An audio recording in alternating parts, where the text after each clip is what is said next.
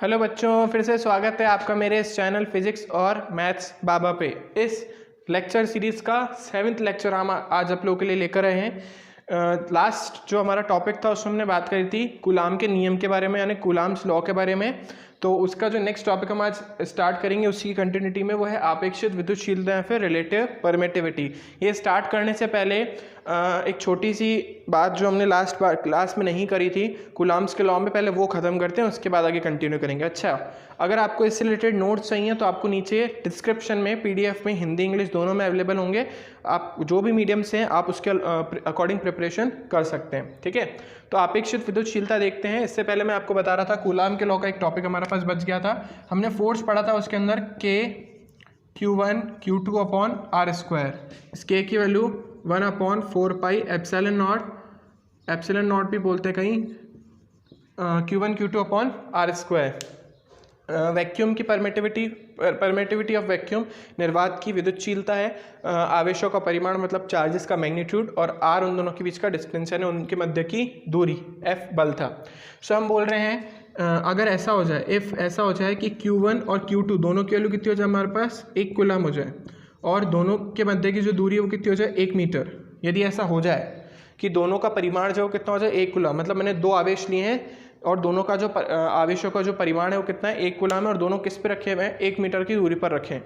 तो उस केस में आपको क्लियरली यहाँ पे दिख रहा है कि एफ की वैल्यू किसकी इक्वल आ जाएगी K1 × 1/1 का स्क्वायर। सॉल्व करने पे वैल्यू किसकी इक्वल आ रही है K, जो कि कितना है 9 × 10⁹ न्यूटन।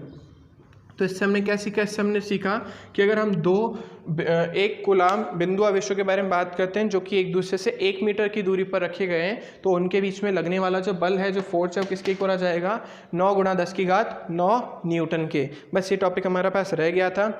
एक और है, अगर इसी पूरे के पूरे जो दो आवेशों का जो सिस्टम था, जो निकाय था, उसको उठा करके आप किसी माध्यम में रख देते हैं तो बल जो है माध्यम के अंदर वो किसके इक्वल हो जाएगा? हम बोलते हैं उसको एफ माध्यम, यानी उस आवेशों के निकाय को उठा के हमने किसी मीडियम में रख दिया। इंग्लिश में हमारे पास हो जाएगा एफ मीडियम, ठीक है। तो मीडियम के अंदर अगर हम किसी उठा के उसको रख देते हैं तो फोर्स हमारे पास हो जाएगा K। अब जो K हमारे पास यहाँ पे वो चेंज हो जाएगा, वो जाएगा 1/4 पाई एप्सिलॉन।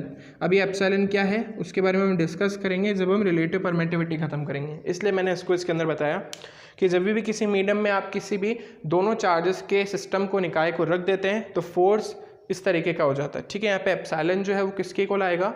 एप्सिलॉन आ जाएगा हमारे पास एप्सिलॉन नॉट × एप्सिलॉन आर, ठीक है। ये एप्सिलॉन आर जो यहाँ पे लिखा है वही रिलेटिव परमिटिविटी है जिसमें हम डिस्कस करेंगे।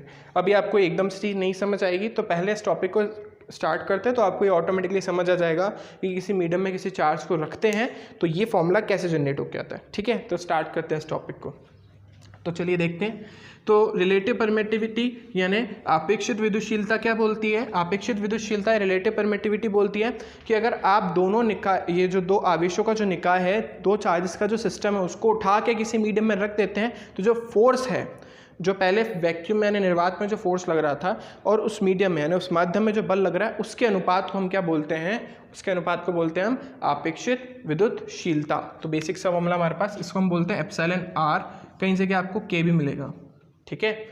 तो एप्सिलॉन आर या फिर K की जो वैल्यू कैपिटल है वहाँ पे स्मॉल था।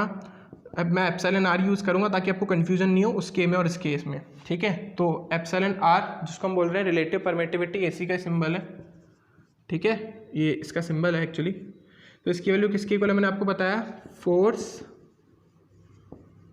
व्हेन चार्ज प्लेस्ड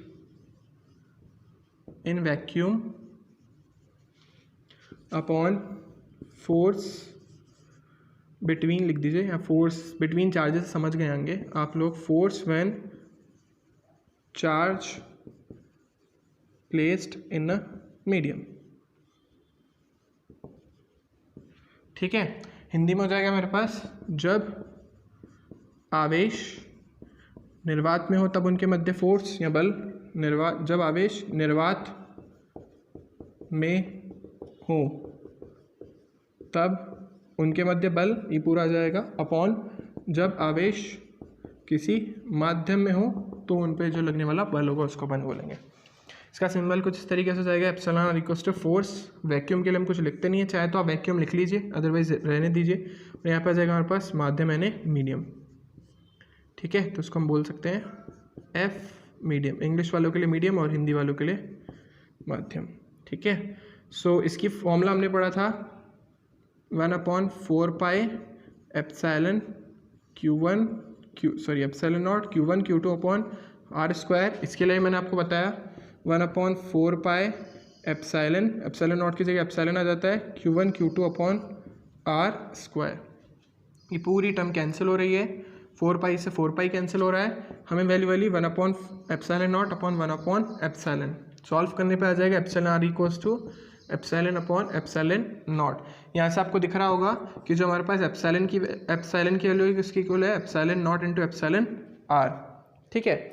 यहाँ से हमको जो मेन बात समझनी है वो क्या समझनी है कि अगर देखिए, अगर मैं इस मीडियम वाले पार्ट को इसको उठा करके हम किधर लेके जाएं, इधर लेके जाएं, और इस एप्सिलॉन नॉट को नीचे लेकर जाएं, तो देखिए कुछ किस तरह, यहाँ इसको उठा करके इधर और इसको उठा के इधर लेकर आ रहे हैं, तो क्या फॉर्मूला बन रहा है, एफ मीडियम यानी माध्यम के अंदर लगने वाला जो बल है वो किसके इक्वल है, एफ अपॉन एप्सिलॉन आर के। यानी अगर उन आवेशों को, उन चार्जेस को किसी मीडियम में रख देते हैं, किसी माध्यम में रख देते हैं, तो जो बल है वो निर्वात के बल का 1/एप्सिलॉन गुना एप्सिलॉन आर गुना हो जाता है। यानी उस जो हमारा जो वैक्यूम में फोर्स लग रहा था उसका 1/एप्सिलॉन आर टाइम हो गया जब हमने उसको किसी मीडियम में रखा, किसी भी उन चार्ज के सिस्टम को, ठीक है। इस एप्सिलॉन आर की वैल्यू जो है अलग अलग ऑब्जेक्ट के लिए अलग अलग होती है। जैसे एयर के लिए यानी वायु के लिए एप्सिलॉन आर की जो वैल्यू है वो होती है हमारे पास 1, मैंने आपको बताया था। जो प्योर वाटर होता है, डिस्टिल वाटर जिसको अपन बोल रहे हैं, सिर्फ मैं वाटर लिख रहा हूँ लेकिन ये डिस्टिल वाटर के बारे में हम बात कर रहे हैं, उसके लिए इसकी वैल्यू होती है 80। और अगर आप देखें कांच के लिए 5 से 8 होती है, तो ग्लास यानी हमारा जो कांच है उसके लिए वैल्यू 5 से 10 होती है, 5 to 10 यानी 5 से 10 हो जाएगी। और जो हमारा वो है, जो हमारा कंडक्टर है यानी जो चालक है, कोई भी कंडक्टिंग मटेरियल के अंदर अगर वो है तो चालक के अंदर जो बल है, जो फोर्स है वो कितना हो जाएगा हमारे पास, इसकी वैल्यू जो होती है वो कितनी होती है, इनफाइनाइट, ठीक है। तो अगर जैसे मैंने बोला कि उन चार्ज के सिस्टम को उठा करके मैंने किस में रख दिया, जल में रख दिया, तो जल में रखने का मतलब है वो जो बल है वो पहले कंपैरिजन में कितना हो जाएगा, 1/80 गुना हो जाएगा। समझाता हूँ कैसे, एक एग्जांपल देते हैं कि भाई दो फोर्सेस के बीच में जब उनको अपन ने वैक्यूम में रखा तो फोर्स लगा रहा था 80 न्यूटन। जब उसको अपन वाटर में रख देते हैं तो फोर्स कितना हो जाएगा, पहले के फोर्स का 1/एप्सिलॉन आर टाइम, और एप्सिलॉन आर की वैल्यू यहाँ पे वाटर के लिए कितनी है, 80। तो हमारे पास यहाँ पे वैल्यू कितनी आ जाएगी, 1 न्यूटन। यानी उन्हीं आवेशों के मध्य, उन्हीं चार्जेस के बीच में जो पहले फोर्स वैक्यूम में 80 न्यूटन लग रहा था, 80 न्यूटन लग रहा था, वो कितना हो जाएगा, 1 न्यूटन। सिर्फ सिंगल 1 न्यूटन बच जाएगा, मतलब कहीं ना कहीं बल बहुत कम हो गया। यहाँ पे एक चीज़ जो मैंने नोटिस करनी है आपको वो ये है कि कंडक्टर के लिए एप्सिलॉन आर की जो वैल्यू है, यानी किसी भी चालक के लिए, कंडक्टर के लिए इसकी वैल्यू कितनी है, इनफाइनाइट। यानी फोर्स की वैल्यू कितनी होगी, 0। यानी अगर हम चार्जेस को किसी भी कंडक्टर के अंदर रखते हैं तो उनके बीच में लगने वाला फोर्स कैसा होता है, 0। इसका सीधा सा मतलब ये है कि वो कंडक्टर उन चार्जेस को मूव करा सकता है इजीली, इसलिए कहीं ना कहीं उनके बीच में जो लगने वाला फोर्स है वो नेट फोर्स कितना है, 0, ठीक है। अगर क्या बोलते हैं, वो रिपेल कर रहे हैं तो मैंने बोला था जितना दूर जा सकते हैं तो उतना दूर जाएंगे, जाके किस पे चले जाएंगे, सरफेस पे भी तो सब पास आ गए, तो इसलिए उनके बीच में जो लगने वाला फोर्स होगा वो नेट फोर्स कितना हो जाएगा, 0, ठीक है। So this is all about आपेक्षिक विद्युतशीलता या रिलेटिव परमिटिविटी। इसमें एक टॉपिक और हम भी कवर करने वाले हैं, इसका वेक्टर नोटेशन या वेक्टर फॉर्म, इसी लॉ का, यानी इसका सदिश रूप, ठीक है। तो यहाँ तक आपको बात समझ आ गई होगी। बस याद ही रखना है कि किसी भी मीडियम में डालने पर उस ऑब्जेक्ट के अंदर जो फोर्स, उस सिस्टम के अंदर, उस चार्ज का जो सिस्टम है उसमें जो लगने वाला फोर्स है वो कितना हो जाता है, 1/एप्सिलॉन गुना हो जाता है, 1/एप्सिलॉन टाइम हो जाता है निर्वात के कंपैरिजन में, वैक्यूम के कंपैरिजन में, ठीक है। इसमें एक और टॉपिक जैसा मैंने आपको बोला वो कवर करेंगे अभी हम, नहीं तो इसका फिर एक और अलग वीडियो बनाना पड़ेगा, वैसे चैप्टर बहुत बड़ा है तो उसी को इसमें कवर करेंगे। और नेक्स्ट लेक्चर के अंदर हम बात करने वाले हैं इसके न्यूमेरिकल्स के बारे में, ठीक है, जो कि मोस्ट इंपॉर्टेंट है। सो हम इसका आप देख रहे हैं सदिश रूप यानी वेक्टर नोटेशन, ये कई बच्चों को समझ ही नहीं आता है। मैं आपको इस तरीके से समझाऊंगा कि आपको सब समझ आ जाएगा। वेक्टर फॉर्म सबसे इजी होता है इसका, ठीक है। तो वेक्टर फॉर्म के लिए हमने सबसे पहले तो एक 2 डायमेंशनल प्लेन ले लिया, एक द्विविमीय इस तरीके से तंत्र यानी तल ले लिया। ये इसका ओरिजिन है यानी मूल बिंदु है। यहाँ पे हमने दो चार्जेस लेने हैं, एक है Q1 और दूसरा है Q2। इनके पोजीशन वेक्टर, ये आपने लास्ट क्लास में पढ़े होंगे। पोजीशन वेक्टर का मतलब क्या होता है? पोजीशन वेक्टर का मतलब है, जैसे मैं एक एग्जांपल से समझाता हूँ अगर आपको पोजीशन वेक्टर समझ नहीं आता। जैसे इस चार्ज की जो लोकेशन मैं बोलूँ 2,3 है, यानी एक्स एक्सिस पे 2 और वाई एक्सिस पे 3, यानी एक्स एक्सिस से 3 डिस्टेंस हो गई। वाई एक्सिस के लिए जो डिस्टेंस होती है वाई वाली होती है, और वाई एक्सिस के लिए जो डिस्टेंस होती है वो एक्स वाली होती है। मतलब कुछ इस तरीके का रहा होगा। ये तो 2 हो गया और ये 3। ये जस्ट एग्जाम्पल है, इसमें हमारे काम नहीं आएगा। तो अगर मेरे को R1 लिखना है, R1 वेक्टर, तो मैं कैसे लिखूंगा? 2i cap plus 3j cap. ये है इनके पोजीशन वेक्टर यानी इनकी स्थिति सदिश, ठीक है। तो जो भी उसके कोऑर्डिनेट होते हैं उसको उसकी यूनिट वेक्टर यानी आई जे के जो हमने पढ़े थे लास्ट क्लास में, एक्स एक्सिस के लिए आई होता है, वाई के लिए जे और जेड के लिए के, वही उसके साथ आई जे के को मल्टीप्लाई कर देना। ये इसका मैग्नीट्यूड यानी परिमाण और इसका यूनिट वेक्टर है, और दोनों को जब अपन मल्टीप्लाई करते हैं तो वेक्टर मिल जाता है। ये आपने लास्ट क्लास में पढ़ा ही है। ए कैप जैसे हमने पढ़ा है यूनिट वेक्टर होता है, एकांक सदिश जिसको अपन बोलते हैं, उसकी वैल्यू किसकी इक्वल होती है? Mod of A vector upon mod of A vector. Mod of A vector को हम जनरली किससे रिप्रेजेंट कर देते हैं? खुद ए से। तो यहाँ से जब मेरे को ए वेक्टर की वैल्यू निकालनी होती थी वो किसकी इक्वल हो जाती थी? ए इंटू ए कैप के। तो यही हमने लिखा है, दो परिमाण है और आई कैप उसका यूनिट वेक्टर है यानी एकांक सदिश है। तो हमको जब भी किसी का वेक्टर उसका जो पोजीशन वेक्टर लिखना है तो उसके जो कोऑर्डिनेट है उसको आई जे और के से मल्टीप्लाई करके लिख देंगे, ठीक है। तो ये हमारे पास, हमने ऐसा माना है कि दोनों जो चार्जेस हैं वो जो हैं उनके पोजीशन वेक्टर जो हैं ओरिजिन से, ध्यान रखना एरो इन्हीं की तरफ बनेगा। पोजीशन वेक्टर के लिए हमेशा एरो सेंटर से बनता है क्योंकि हम उसका जो पोजीशन वेक्टर है वो सेंटर से ले रहे हैं, ठीक है। तो R1 वेक्टर Q1 का हो गया और R2 वेक्टर Q2 का हो गया। इन दोनों के बीच में कोई ना कोई डिस्टेंस रही होगी, ठीक है।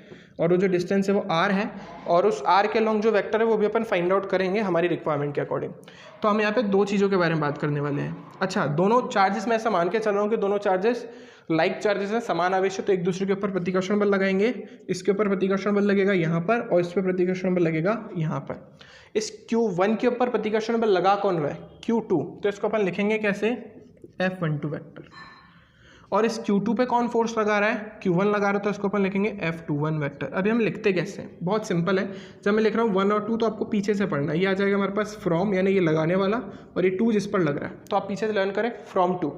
तो लगाया किसने? 2 ने। किस पर लगाया? 1 पे, तो इसको अपन लिखेंगे F12, ठीक है। लगाया किसने? दूसरे वाले ने। किस पर लगाया? पहले वाले ने।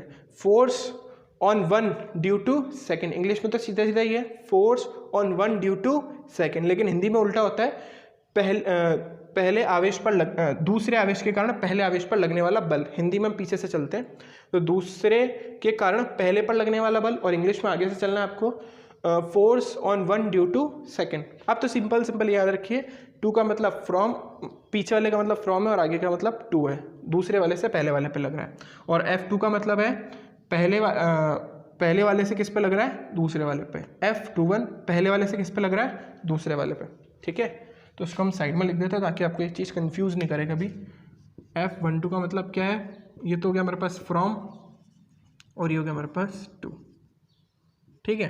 तो अब इसको हमको फोर्स लिखना है। तो जैसे मैंने आपको बताया, अभी तक जो हमने फोर्स लिखा था कूलाम्स के लॉ में, वो सिर्फ उसका मैग्नीट्यूड लिखा था, परिमाण लिखा था, लेकिन उसका वेक्टर लिखना है।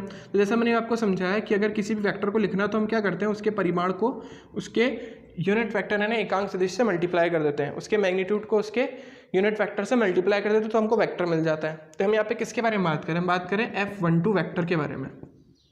मैग्नीट्यूड हम ऑलरेडी पता करके आ चुके हैं, Q1 Q2। अब इस बार हम R नहीं लिख सकते क्योंकि R उन दोनों के बीच का डिस्टेंस है, लेकिन मुझे तो क्या चाहिए? मुझे तो चाहिए तो उन दोनों के बीच का डिस्टेंस। यहाँ पे आप R स्क्वायर सीधा सीधा लिख सकते हैं, मतलब कई बुक्स में आपको, चलो R स्क्वायर लिख दोगे तो कोई इशू नहीं आएगा, और अदरवाइज इसमें दूसरा तरीका मैं बता देता हूँ। और ए कैप का मतलब क्या है?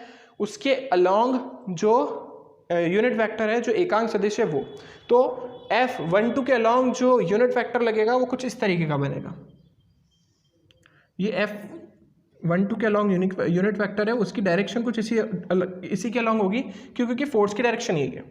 तो इसके अलॉन्ग जो वेक्टर लग रहा है उसको हम बोलते हैं R12 वेक्टर, R12 वेक्टर। ठीक है, जैसा फोर्स है वैसे ही वेक्टर, आप इतना सा समझ लीजिए। तो यहाँ पर हमारे पास इसका क्या लेना अपन को, यूनिट वेक्टर, ये तो जाएगा हमारे पास R12 कैप। ये वेक्टर था, इसके अलॉन्ग जो यूनिट वेक्टर है वो कौन है, R12 कैप। ठीक है, कई बुक्स में आपको इसकी जगह कुछ ऐसा भी मिल सकता है Q1, जैसे आपको नोट्स में भी यही मिलेगा R12 वेक्टर का स्क्वायर। तो कोई इशू नहीं है, आप इसको R12 का स्क्वायर लिखिए या R स्क्वायर लिख दीजिए, कोई इशू नहीं, क्योंकि इन दोनों के बीच का डिस्टेंस जो है वो हमारे पास R ही है। अब अपन को R12 लिखना है, तो आप ढंग से देखिए तो ये ट्राइंगल बन रहा है एक, जो हमने लास्ट क्लास में पढ़ा हुआ है, ट्राइंगल ऑफ ये R1 ये R2 और ये क्या हो गया हमारे पास R12 वेक्टर। ठीक है, ट्राइंगल के अंदर हमको पता है, देखो यहाँ से स्टार्ट हुए टंग टंग और ये अपोजिट आ गया, तो ये इन दोनों का रिजल्टेंट है, परिणामी। तो हम परिणामी कैसे लिखते थे, परिणामी बराबर जितने भी हमारे पास वेक्टर हैं, तो यहाँ से हमारे पास R12 वेक्टर की वैल्यू किसके इक्वल आ गई, उधर चला गया, equals to R1 vector minus R2 vector, बस यही है, इसको यहाँ पर रख दीजिए। तो F12 वेक्टर की वैल्यू हमारे पास किसकी इक्वल हो गई, K Q1 Q2 upon R square into R1 vector minus R2 vector upon mod of R1 vector minus R2 vector. ठीक है, ये मैंने कैसे लिखा, ए कैप को वापस वही लिख दिया। ए कैप को मुझे लिखना होता तो मैं क्या लिखता, ए वेक्टर अपॉन उसका मैग्नीट्यूड ना, जिसको अपन ऐसा भी लिख लेते हैं, तो यही मैंने यहाँ पे लिखा है इस कैप को हटा करके। और जैसा मैंने आपको बताया, ये एक्चुअली इन दोनों के बीच का डिस्टेंस ही है, या फिर अगर मैं इस चीज़ को लिखता तो मैं कैसे लिखता, मैं इसको ऐसे लिखता ना, के Q1 Q2 अपॉन ये हो जाता हमारे पास R1 माइनस R2 वेक्टर, इसके मॉड का square into R1 minus R2 vector, ऊपर मैग्नीट्यूड नहीं है, ऊपर वेक्टर ही है, और नीचे आएगा इनका मैग्नीट्यूड। ठीक है, तो आपको दिख रहा है इन दोनों मल्टीप्लाई हो रहे हैं, इसका मतलब भी एक्चुअली आ रही है, क्योंकि हमने वेक्टर को सब्ट्रैक्ट करा, इस वेक्टर में से इस वेक्टर को सब्ट्रैक्ट करा। इसको वेक्टर को सब्ट्रैक्ट करने का मतलब क्या है, जैसे मैंने आपको 2 पॉइंट दिए, जैसे मैं आपको समझाने की कोशिश कर रहा था, समझे इस चीज़ को कि हम क्या कर रहे हैं। एक्चुअली इसका पोजीशन है 2 3, इसका पोजीशन है लेट्स से 1 2 या 1, हाँ चलो 1 2 ले लेते हैं। तो अगर मुझे इनके बीच का डिस्टेंस निकालना तो मैं क्या करूँगा, 2 - 1 और 3 - 1 का स्क्वायर। शायद ये तो अपन ने सीखा है, जो डिस्टेंस का फॉर्मूला होता है वो क्या होता था, x2 - x1 का स्क्वायर प्लस y1 - y2 का स्क्वायर, ये तो करते थे हम। और अगर मैं इसको वेक्टर में लिखता तो कैसे लिखता, ये हमारे पास डिस्टेंस r की वैल्यू है ना, अगर मैं वेक्टर में लिखता तो R1 वेक्टर की वैल्यू हो जाती 2i cap plus 3j cap, और R2 की वैल्यू हो जाती है हमारे पास 1i कैप और प्लस 2j कैप। वहाँ पे क्या लिखा है, R1 माइनस R2, तो दिस माइनस दिस, तो R1 vector minus R2 vector, उसका क्या निकालना, मैग्नीट्यूड ना। पहले अपन वेक्टर निकाल देते फिर मैग्नीट्यूड निकालें, क्योंकि हमें नीड उसी की है नीचे। सो हमारे पास कितना आ जाएगा, 2 - 1 1i कैप, और इसको माइनस करने पे भी आ जाएगा हमारे पास j कैप। ठीक है, ये j कैप आ गया हमारे पास। तो अब जब इसका मैग्नीट्यूड आप निकालेंगे तो मैग्नीट्यूड आपको पता ही है, x का स्क्वायर प्लस y का स्क्वायर, तो 1 का स्क्वायर प्लस 1 का स्क्वायर कितना आ जाएगा, 2 का स्क्वायर, सॉरी √2 आ जाएगा। और जब इसको आप सॉल्व करते हो तो 2 - 1 1 का स्क्वायर, 3 - 2 1 का स्क्वायर, इसमें भी √2 आता है, इसमें भी √2 आता। तो हमें पता क्या पड़ा, हमें पता पड़ा ये वैल्यू और ये वैल्यू एक्चुअल आपस में इक्वल ही है। तो अगर मुझे इसको कंबाइन को लिखना है पूरे को, तो मैं क्या लिख सकता हूँ, K Q1 Q2 upon R3, और इधर आ जाएगा R1 vector minus R2 vector. ये इसकी डायरेक्शन को बता रहा है, ये इसके मैग्नीट्यूड को बता रहा है। और इसको लिखते हैं तो इसको कैसे लिखते हैं, आप इसमें से किसी को भी प्रेफर कर सकते हैं। एग्जाम में आए तो आप चाहे ये लिखें चाहे ये लिखें, दोनों का मतलब सेम ही है। ठीक है, मैं तो ये प्रेफर करूंगा क्योंकि ये ज़्यादा इजी है, इसमें कन्फ्यूजन वाला क्रिएट नहीं, बस इसमें आपको R12 को स्प्लिट करके लिखना है, R1 माइनस R2। तो इसको लिखना होता तो कैसे लिखते हैं, Q1 Q2 upon R1 minus R2 के वेक्टर का मॉड का क्यूब, और ये जाता हमारे पास R1 vector minus R2 vector. ये एक्चुअली इक्वली तो है, अभी मैंने आपको बताया ना मॉड ऑफ R1 वेक्टर, ये हमारे पास आया था ना mod of R1 vector minus R2 vector, वो एक्चुअली किसके इक्वल आ गया था, R के इक्वल ही तो है, क्योंकि R की जब अपन ने वैल्यू निकाली सीधी सी तो भी √2 ही आ रही थी, और इसकी भी √2 है। तो आप एग्जाम में चाहे लिखें चाहे ये लिखें, आपके ऊपर है। ऐसे जब मैं R21 वेक्टर निकालूंगा, यानी इस बार पहला दूसरे पे फोर्स लगा रहा हूँ, तो यहाँ पे सिर्फ एक चीज़ चेंज हो जाएगी, Q1 Q2 अपॉन नीचे R स्क्वायर ही रहेगा, या आप चाहें तो R21 लिख सकते हैं, और यहाँ पे आ जाएगा हमारे पास 21 कैप। तो इस बार जो वेक्टर है वो किसके अलॉन्ग लगेगा, इस फोर्स के अलॉन्ग, इसलिए इसको हम नाम देंगे R21 cap, sorry R21 vector. इस बार जब मैं इसका ट्राइंगल लॉ बनाऊंगा तो ये R1 वेक्टर, R2 वेक्टर और ये हमारे पास हो जाएगा R21 वेक्टर। तो इस बार हो जाएगा हमारे पास R1 plus R21 equals to R2 vector. तो इसको सॉल्व करने पे आपको क्लियरली दिख रहा है क्या आने वाला है, R2 vector minus R1 vector. ठीक है, बस ये अपन को यहाँ पे रखना है। या फिर आपको जैसे मैंने बताया इसको ये नहीं लिखना चाहे तो आप इसको ये लिख सकते हैं, एग्जाम में आ जाए तो कोई गलत नहीं करेगा। यहाँ पे अपन को लिखना है बस R2 माइनस R1 वेक्टर का मैग्नीट्यूड का स्क्वायर। अच्छा ये चीज़ आप समझे, चाहे मैं R1 vector minus R2 vector का मैग्नीट्यूड ले रहा हूँ तो मैं 2 1 भी कर दूंगा तो फर्क नहीं पड़ेगा। इस कोऑर्डिनेट में से इस कोऑर्डिनेट को माइनस भी कर देता तो यहाँ पे सिर्फ माइनस माइनस आता, मैग्नीट्यूड में स्क्वायर में तो वापस √2 ही आना है। इसलिए ये नीचे वाली चीज़ और ये वाली चीज़ सेम ही है, इससे आपको घबराने की जरूरत नहीं है। चेंज होगा ये यूनिट वेक्टर होगा। ठीक है, और सॉल्व करने पे हम F12 वेक्टर को क्या लिखते हैं, K Q1 Q2 upon R², ये हो जाएगा R2 vector minus R1 vector upon इसका क्या आ जाएगा मैग्नीट्यूड इसके साथ मल्टीप्लाई हो जाता है, आपको बताया मैंने अभी, वो क्या आ जाएगा K Q1 Q2 upon R का cube R2 vector minus R1 vector. ठीक है, और अगर ये नहीं लिखना चाहते तो ये लिखना चाहते तो क्या हो जाता K Q1 Q2 upon mod of R2 vector minus R1 vector का होल क्यूब, और यहाँ पे आ जाता R2 vector minus R1 vector. यहाँ से एक चीज़ जो आपको समझ आ रही है, आपका मेन फॉर्मूला यही है, ये तो हमने सॉल्व करने पे निकाला, लेकिन सॉरी जो आपका मेन फॉर्मूला वो सिर्फ इतना सा ही है, ये F21 वेक्टर की वैल्यू है और ये F12 वेक्टर की वैल्यू, दोनों में क्या अलग दिख रहा है, सिर्फ एक चीज़, ये यूनिट वेक्टर, इसमें R12 वेक्टर है और ये R21 वेक्टर है। और डायग्राम से देख के भी क्या समझ आता है, R12 वेक्टर इधर है और R21 वेक्टर इधर है, मतलब दोनों की डायरेक्शन कैसी है, अपोजिट। मैग्नीट्यूड तो सेम ही है ना, क्योंकि लेंथ तो सेम ही है इन दोनों की। यानी लास्ट में हम सिर्फ इतनी सी चीज़ क्या बोल सकते हैं, R12 vector sorry cap is equals to R21 vector minus आएगा। और आपको पता है जब मैं इसको वेक्टर फॉर्म में लिखूंगा तो कुछ ऐसे लिखूंगा। अब मैंने R क्यों लिखा, इसको नीचे क्या लिखता मैं R1 माइनस R2 का मैग्नीट्यूड, और मैंने भी आपको समझाया वो खुद R के इक्वल होता है, इसलिए मैंने वहाँ पे R ही लिखा है। दोनों को हम कैंसिल कर सकते हैं, तो R1 vector equals to minus of R2 vector, दोनों की डायरेक्शन अपोजिट है। अदरवाइज आप डायरेक्टली देख लीजिए, इन दोनों की डायरेक्शन अपोजिट है तो अपन सीधे सीधे यहाँ पे क्या बोल सकते हैं, F12 vector is equals to minus of F21 vector, कि दोनों का मैग्नीट्यूड तो सेम है, यानी दोनों एक दूसरे के ऊपर लगा तो सेम ही फोर्स रहे हैं। इससे हमने क्या प्रूफ करा, इससे हमने प्रूफ करा कि दोनों एक दूसरे के ऊपर फोर्स तो सेम ही लगा रहे हैं, बल तो समान ही लगा रहे हैं, लेकिन दिशा विपरीत है, डायरेक्शन अलग है। यानी जो 2 वाले पर फोर्स लग रहा है वो इधर लग रहा है और 1 वाले पर फोर्स किधर लग रहा है, इधर की तरफ लग रहा है, क्योंकि दोनों एक दूसरे को रिपेल कर रहे हैं, प्रतिकर्षित कर रहे हैं। स्टार्टिंग में हमने मान के चले थे, और अगर आकर्षण होता, अट्रैक्शन होता तो वो अंदर की तरफ डायरेक्शन आ जाती। ठीक है, ये था इसका वेक्टर नोटेशन। ये दोनों मेन चीज़ जो मैंने आपको लिखना सिखाई दिया कैसे लिखना है, और इसको स्प्लिट कैसे करते हैं, R1 vector minus R2 vector आ जाएगा, फिर उसको इसके मैग्नीट्यूड से डिवाइड कर देना। अगर आपको कुछ भी नहीं समझ आता, थोड़ा सा वीडियो को पीछे से 1-2 बार वापस जाके देखिए, आपको सारी चीज़ें क्लियर हो जाएगी। ठीक है, thank you for watching this video. इस पार्ट के लिए इतना ही। प्लीज़ शेयर करें, सब्सक्राइब करें, लाइक करें, और PDF के लिए नीचे आपको लिंक डिस्क्रिप्शन बॉक्स में मिल जाएगा। Thank you.